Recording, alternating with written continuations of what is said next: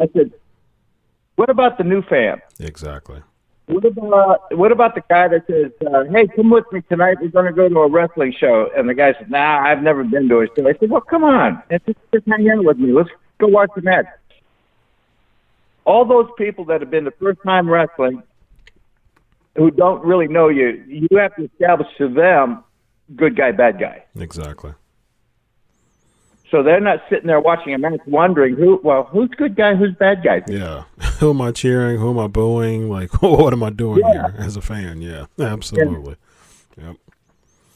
Absolutely. I think that's a fantastic point. I try to teach that when I do seminars about in the first couple minutes of the match, sets the tone for your match. Mm-hmm.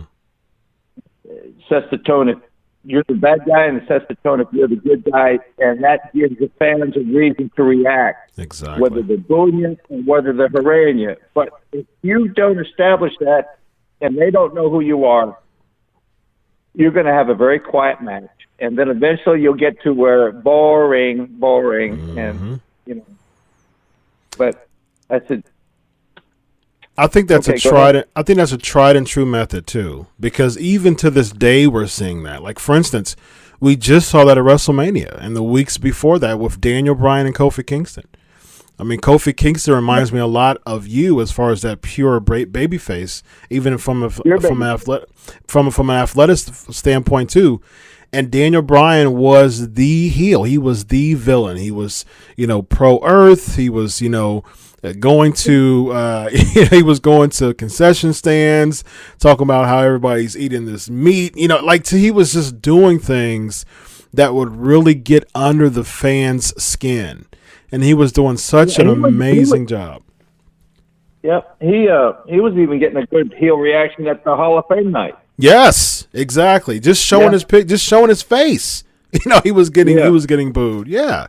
And same thing with Kofi. He was getting, even showing his face, he was getting, cheered. He was getting a bunch of pops. And so, yeah, you're so right about that. It's true even to this day of how important that is, because Daniel Bryan, to me, if it wasn't for Daniel Bryan being such a good heel during this time, Kofi had that organic feel because of his athleticism, because of what he was doing, but it still took that element of Daniel Bryan being a good heel. Like, for instance, if Kofi was going against like another babyface or someone who was a babyface who was still getting a heel who was still getting babyface reactions, I don't think that the ovation of him winning in the support of the weekly support wouldn't be as strong as it was when we saw feuding with Daniel Bryan, because he was such a good heel. So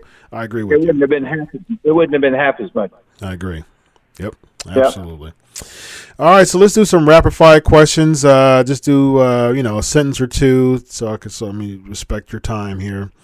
All right, so I got a few questions for you, and give me a sentence or two. The first question is, if you were an active member of the roster today about to retire, who would you want your final match to be with, and would you put them over? Would you want to put them over? I'd like to work with Seth Rollins. Oh, okay. And I'd put him over right in the middle. All right. Let me tell you something real quick, Chris. I was never, ever worried about who was getting their hand raised. Mm-hmm. I was, to me, priority was to get the match over, because when the fans go home and they're talking about the show and they bring up a match, they're talking about the match. They don't finish it by saying, well, Ricky lost. I've worked with Flair 500 times.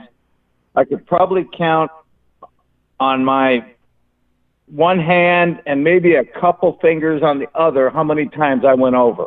Mm-hmm. And it was always, to us, it was always about getting the match over, because you get the match over, that brings them back. Yeah, especially in a feud. I as a fan, I always love to see the babyface get the last laugh, but sometimes that takes the heel beating them a time or two. You know what I mean? Especially if the angle's supposed to be a 5-6 month angle. You know, the heel, you know, as a fan, I'm like, man, he beat him. He beat my favorite wrestler. He beat Ricky Steamboat. I can't believe this is happening. And that puts even more heat on the heel, because at the end of the day, you know, when the babyface wins, it makes it look much better, and it just really elevates it. I agree with that. And just real quick, one quick question in between these Q&As here, these short Q&As. Were you ever thought about, like, did Vince ever consider you winning the world title before the issue with Honky Tonk Man? Well, putting the belt on Honky Tonk Man? No, never. Never had that discussion. Oh, wow. All right. Next question. Was there a specific match that you had with a peer that you left unsafe in and had to squash them in order to save you both? You don't need no names are needed, but just, you know, scenario if you'd like. A peer. Mm-hmm. You had to squash him to save the match. I've never had to do that. Okay, well, that's good. Yeah. I had guys that were difficult to work with only because they were limited in what they could do. Example, Ox Baker. Mm-hmm. But I learned to work around his stuff that he could do. But, you know, to me, it never ended up being a favorite match of Ricky. So, yeah, he would, you know, Greg Valentine was totally different to work with than, let's say, Ric Flair. Mm. You know, back in the, but we'd have great matches. Yeah. Chris, I learned early on as a babyface that I would adjust my work style to the heel that I was working with, instead of having the heel try to adjust to my style. You know, and I felt like I was a chameleon, and I would learn to work and capitalize on the strength of the heel. In essence, we'd end up having a good match. I knew how to sprinkle in my Ricky Steamboat isms through the match, whether the pace was slow or whether the pace was fast, or whether we're going 20 minutes or we're going the hour. So I always learned that I would adjust my work rate and my style to the heel on any given night. Yeah, I think that makes a good babyface too, because essentially you're making the heel look good for them to make you look good, you know, in the end. So, exactly. Yep. Yeah, because, you know, a lot of heels are bigger. They weigh more. They're taller. They can't do the scooting around and tickle and tackles and baseball slides and up and overs like I can. So I just don't go there. Yeah. But throughout the heat segment of the match, I can find out to sprinkle in some Ricky Steamboat stuff, and only to get stopped, and then we're back in the heat. Yep. All right. A few quick questions here. Is there a wrestler active today that you would like to mentor? If you were their manager, how would you book them? You know, me being in a managerial position has never crossed my mind. Even in the twilight of my career, you know, a lot of guys spin off from being an active wrestler to be a manager, right? Yep. Yeah, they 20 years of wrestling, and now they, you know, segue into managing. You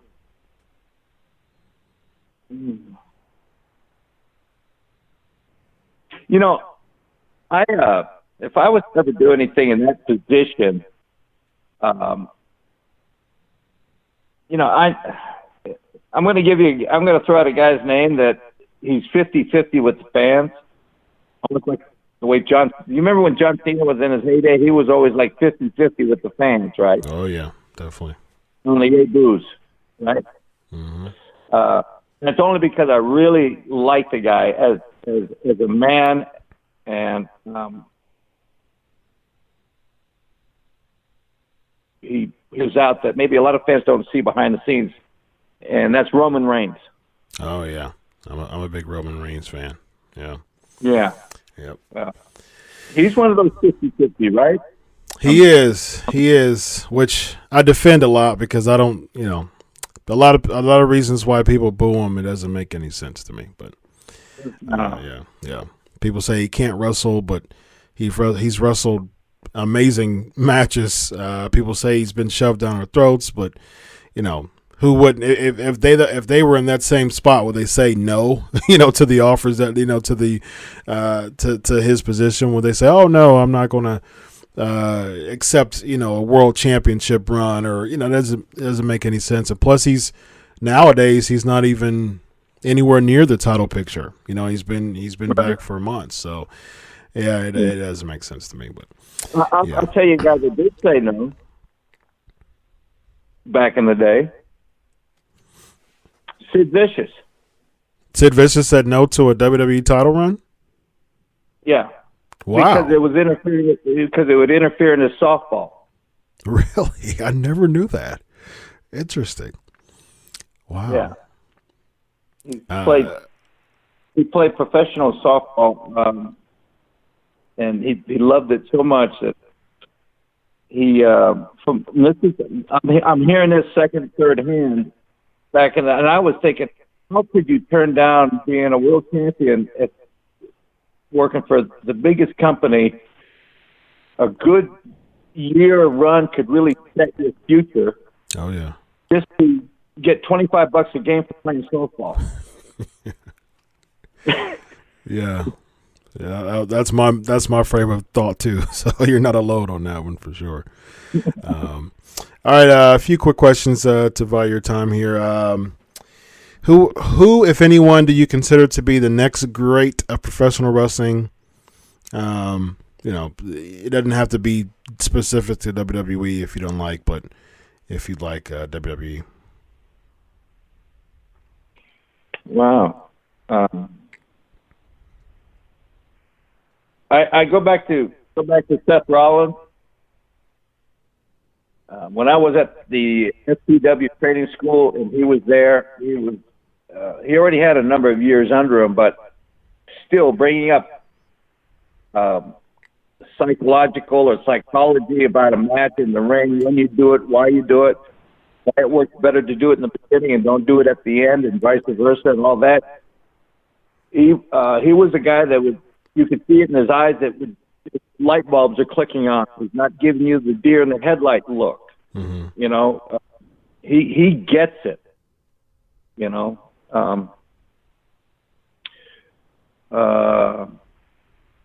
AJ, I'm a big fan of his work, and we all know that he's been around, but he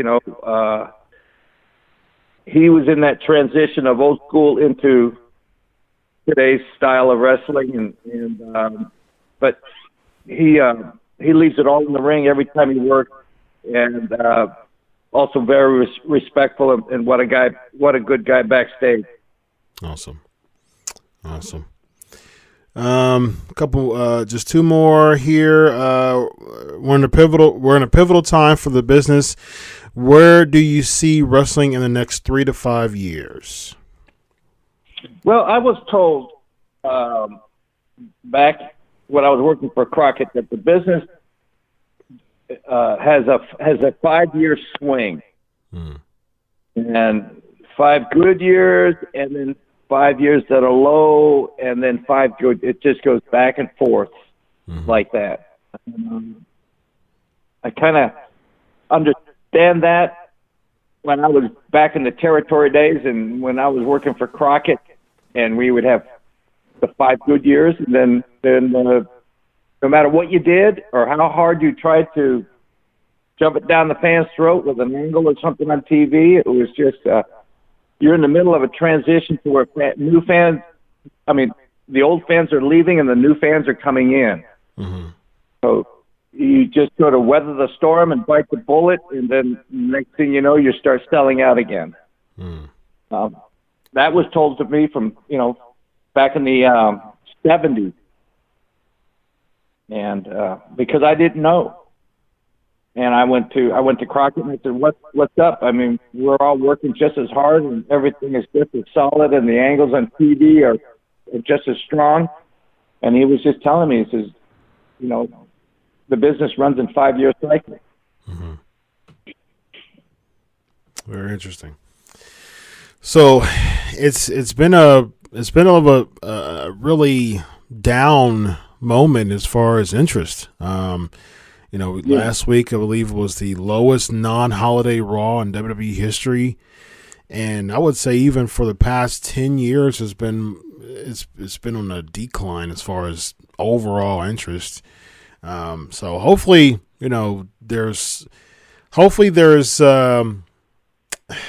there's interest and intrigue for WWE to really focus on just viewer interest and just really, bring back that face heel dynamic, bring back those cliffhangers, stuff like that. I think we need that, Chris, and we need better storytelling and better storylines. But also, understand this: we've had a changing of the guard. Yeah.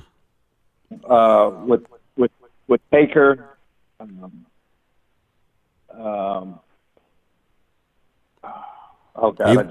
Even Cena lost. even Cena, yeah. He's backed me off because he's doing movies. Yep. Triple H to a degree comes back once or so a year, but not really. It's not full time anymore. Shawn Michaels. Yep. I'll tell you real quick. A great question for me when I do it live is that if there was one guy you'd love to work with that you haven't worked with, and the name pops up with me is always Shawn Michaels. Yeah. Ooh. Wow. That'd be a fantastic match. I'd love to have been able to work with him when he was at his peak and I was at my peak in our career. I really think we could put on a heck of a match. Yeah. Oh, yeah. I think everybody else in the pro wrestling world thinks that too. It's funny. He's always seems to have the best match with whom he's working with, correct? Yep. Yeah, it didn't matter. So getting back real quick, we just mentioned a bunch of big names that have slowly bowed out or limited themselves to the number of times that they're working, and at the changing of a guard and trying to find that new one guy, and then all the others that are just right below the one guy, right? The half dozen of names that fall right underneath the one big name. Mm-hmm. So. And I do understand, it's been going on longer than, like I said, 5-year cycles. And you are correct. It seems like about 8, 9, 10 years now. It isn't. They're not blowing the doors down, Right.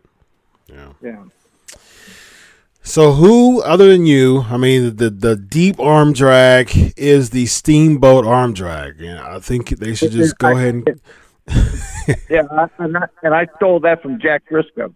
Yeah. I think I remember. I've heard somewhere about you saying that you took that from Brisco before, but you've definitely. I mean, Brisco's he's a legend as well, but you definitely popularized it as far as the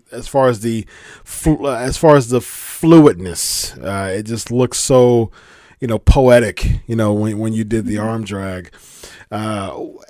Who, other than you and Brisco, who do you think, past and or present, had the best arm drag, other than you and Brisco? Nobody. Can you think of anybody who had a everybody arm else drag? did. Everybody else did it the same way as everybody else, except for me and Jack. Mm-hmm. It was. Your very conventional arm drag the guy across your body type of move. Yeah. Arm drag, drag the guy across your body.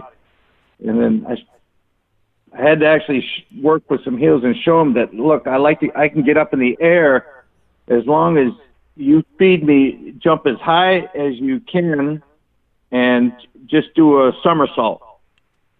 and you'll just float right over me. Mm-hmm. Yeah, and it was very poetic, very poetic arm drag. So NWA, you talked about the your stomping grounds in NWA, AWA, but NWA just really popularizing the name of Steamboat, and of course your stint in WWE took it even to a different level. NWA is really bringing itself back. Recently had a Crockett Cup a couple weeks back. Bringing back that NWA feel, Cornette being a color commentator. Have you indulged in any of the new NWA stuff? And if you have, what are your thoughts? I have, to be honest with you, I have not. Okay. I have not.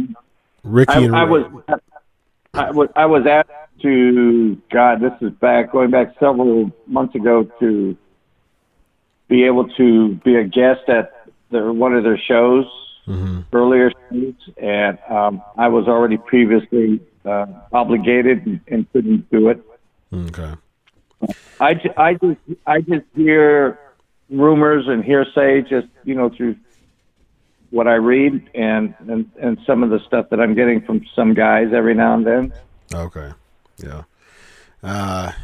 Ricky and Robert, they were part of the Crockett Cup this year. Still going strong in the ring, man. Yeah. Yeah. There was a video. There, yeah, it's worth watching. I enjoyed it. I enjoy watching it. And this is someone who watched the original NWA. It was a good solid show, I believe. And Nick Aldis is the NWA champion. I've had him on my show twice. He's a stand-up guy, and I think he's a good person to really be at the helm of the NWA. So, yeah. There was a video recently of Ricky Morton doing the Canadian Destroyer, P.D. Williams' move, and it was amazing. It's like a flip pile driver, and it's crazy. And him and in his early 60s doing that move, it shows a lot, man. Once you got it, you got it. And just like what you and Jericho, man, people saying you still got it, and that carrying over to a singles match the month after. So, and that was unplanned, right? That wasn't the part of the deal originally. It was supposed to be a one-off, right? It's supposed to have been a one-off, and we ended up having Vince was so impressed, and Chris wanted to work with me in a single. Yeah. So at Backlash, I think that was a pay-per-view like 3 weeks later. Mm-hmm. We took our match overseas. There was a overseas tour, as the company does a lot, and we worked overseas every night. We came back to the States, and we did the Carolinas, the Mid-Atlantic, about 6 or 7 of the major markets throughout the Carolinas. So that one-off WrestleMania 25 handicap match where he was the legend killer ended up being like 20 matches. I mean, I was having a blast. Yeah, I think that the fans were too. It was definitely, especially me as a Steamboat fan, it was great to see the build. I wasn't a big fan of the wrestler style build, and just the three, the three opponents, and to me, I wasn't a big fan of that. But the month after, I was a much bigger advocate of just you and Jericho alone. So yeah, yeah. He took care of me out there in the ring. I'll say that. Yeah. It was a great match. It was memorable for sure. Yeah. Well, Ricky, it's been a pleasure, man. I really enjoyed every bit of this. I hope you did as well. And I thank you so much for availing your time, your busy schedule, and coming on the show with me tonight. It's been an absolute pleasure, man, and I really appreciate it. Well, thank you for having me, Chris, and you can check me off your bucket list. Absolutely. Absolutely, man. With a big, large, happy check mark. And is there any social media that you would like people to know, or any upcoming dates?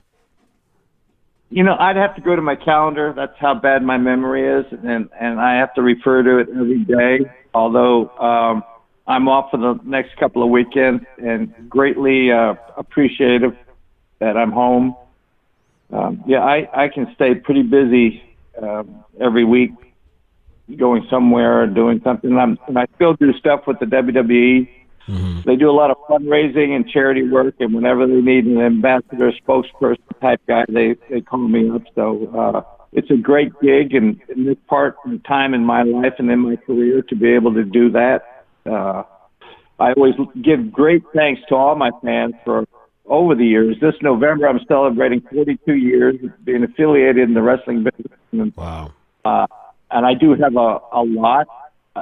What I consider myself is a lot, and I give all my thanks to the fans for coming out and buying those tickets. And, even though we worked our asses off in the ring, excuse me, I'm sorry, worked our butts off in the ring. But without them, I wouldn't have what I have here. It's very, very humbling and satisfying.